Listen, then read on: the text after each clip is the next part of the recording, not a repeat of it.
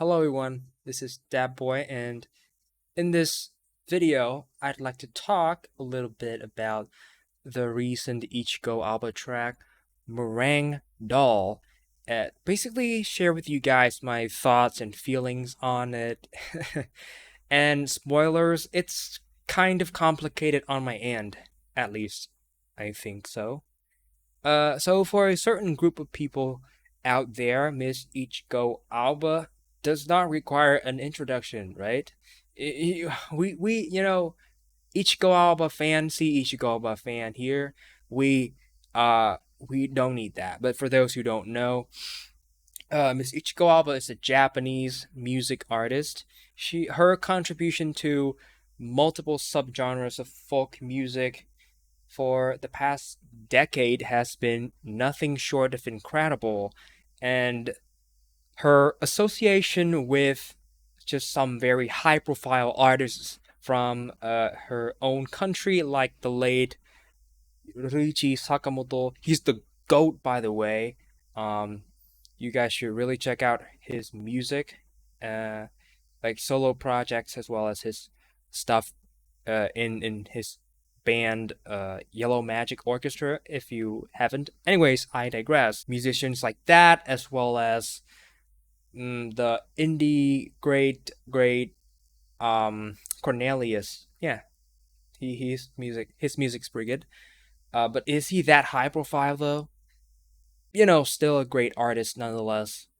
And yeah, all that makes for a very stacked resume of her own. Just an impressive artist profile, if you ask me. But yeah, that's enough for the intro. Let's get straight into uh, talking about the track itself, the meat of this video, without wasting your time. Overall, I think the track is okay. Even though there are things I love to death about it, there's just this one annoying thing that ruins it for me, and we'll touch on that soon.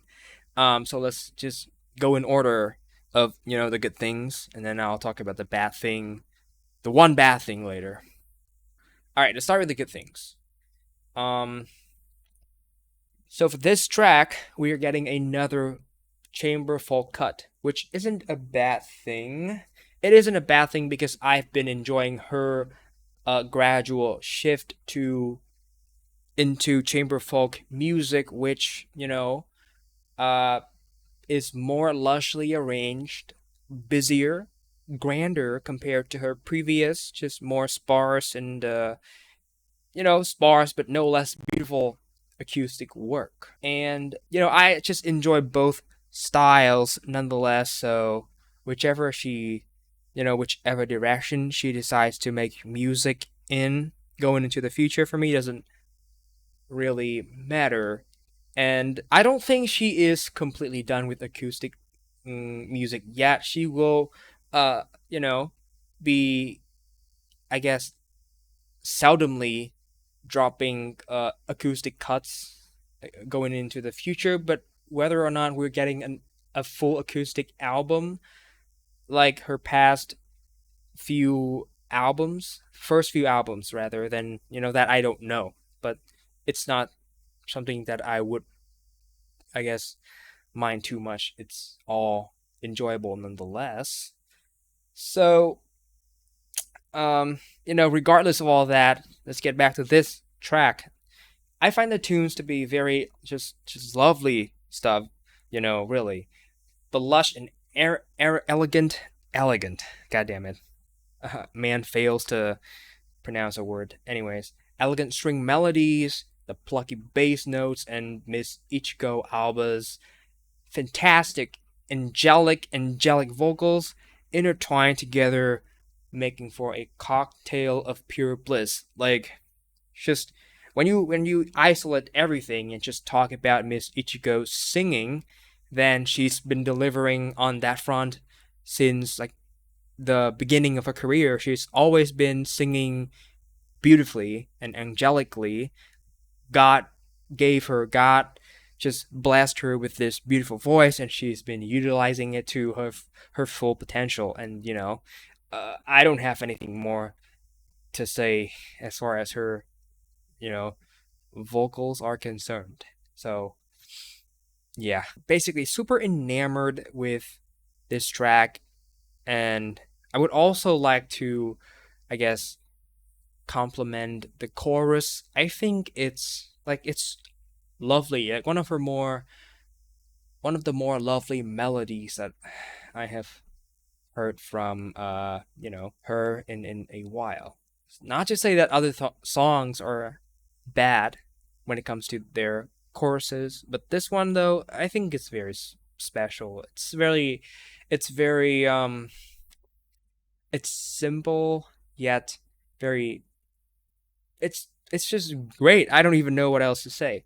Anyways, I think it's also very interesting to point out that this track has a very like western feel, a bit of a like western tinge to it that I just haven't really felt like this.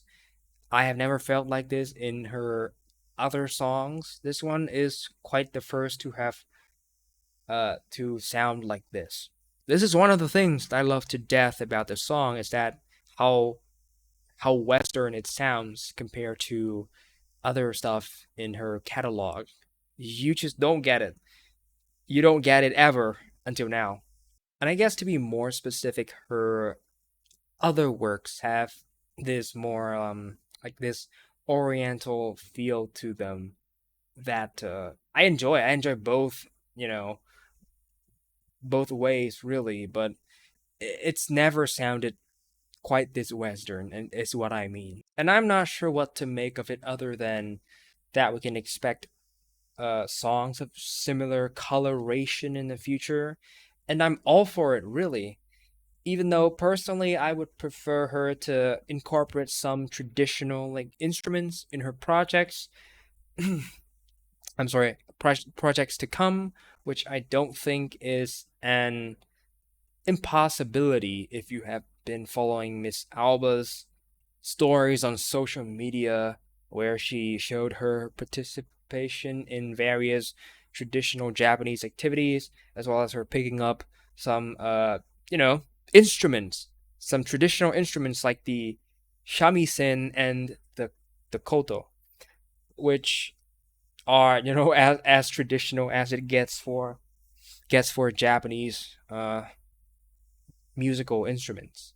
So yeah, that I think it's cool to point that out. And it would be a real shame if she just like picked these up just for show. And I don't think it's the case either. So yeah, with all that said, that's probably about the all the good things that I could, praise this track for. The things that yeah, that I love so much about this song. It's unique Western presentation. It's elegant strings, the thick, plucky bass notes, the ever angelic ichiko aoba vocals. All of that, all the things that I really just don't know what it's like to live without, or just to live and not be able to appreciate. That would truly be a sad world. But despite all the like glowingly positive things that I've just said about this track, that sounds like not nearly enough positive things that have just said right there. There's like this one big elephant in the room that I have to address. That literally just sucked out the majority of my enjoyment for the track. That literally just it's crazy how like small of an element killed a like almost perfect song for me. And that problem starts in the middle of this song. So at the midpoint of the song, something gets really wacky with the composition, which I think has the strings players go, you know, improvise mode. Um, Now I ain't got no beefs, I ain't got no beef with improvs, John Coltrane goes brr baby, free jazz, just some of the most beautiful music out there. I love improvs really, but an improv or just improv in general, there's a time and place for an improv. If you place one in like an inappropriate context, it will literally make for some confusing listening sessions. Like, I don't even know how else to put it. And yeah, not every improv, and on top of that, not every improv turns out great. And this one sticks out like in such an unflattering fashion. Um, and okay, let me backtrack a little. There's a chance this might be some like advanced like theoretical thing that I just happen to not know enough music theory in order to discern, and I'm not gonna play smart here. That could entirely be the case, that I've missed something theoretically. This could, I guess, be intended to sound that way. But one fact remains that either way, I don't think it sounds great here. Like this particular, like I think it's like just less than 20 seconds. I can't remember for sure, but like this string passage here, right here, it sucks. It sucks. I don't even know how many, it sucks I can just blurt out right now, but it really is not good. It's just not good. And the reason why it's not good to my ears, I'm gonna tell you, it completely ignores what the bass is doing. The underlying melody has been like for like however far this song has been, progressing so far. It ignores everything. It goes about doing its own thing, which doesn't contribute to the overall musicality of the song at all. And in my opinion, it is distracting, it's subtracting, it just makes the song less cohesive, which I think the song would do much better with more cohesiveness, which is like completely destroyed by this, less than 20-second segment. It's a killer. It's a killer. I don't even know what else to say. It's not acting in harmony. Or I'm just too stupid to understand music theory. But yeah, either way, it kills the track for me. And despite all the nice things I've just said about this song, this thing, it killed the track, and it makes the song so much less cohesive, so much less enjoyable. It's just it's so out of place, man. Like I don't even know how this track could be composed so perfectly and then has this portion, small portion in the middle. It's baffling. It doesn't make sense to me. It don't calculate. The math ain't mathing. My brain's fried. So, while I want to love this song to death, I just can't. I'm unable to do such a thing. And that's overall my thought on this track.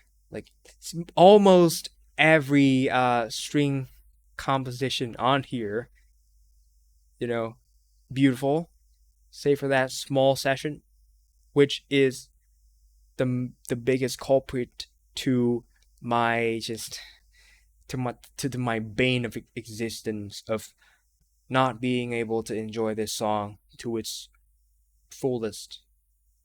And I don't even know why this video is so long already, but I'm gonna stop here. This song shouldn't be.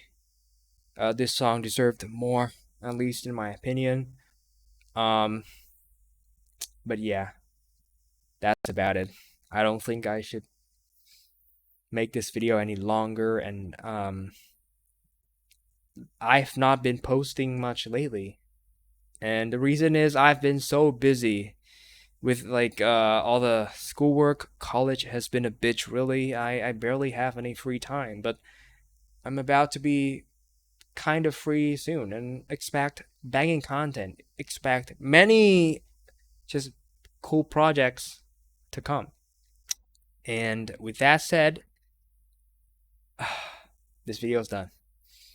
That boy out, and I'll see you guys in the next ones. Ciao.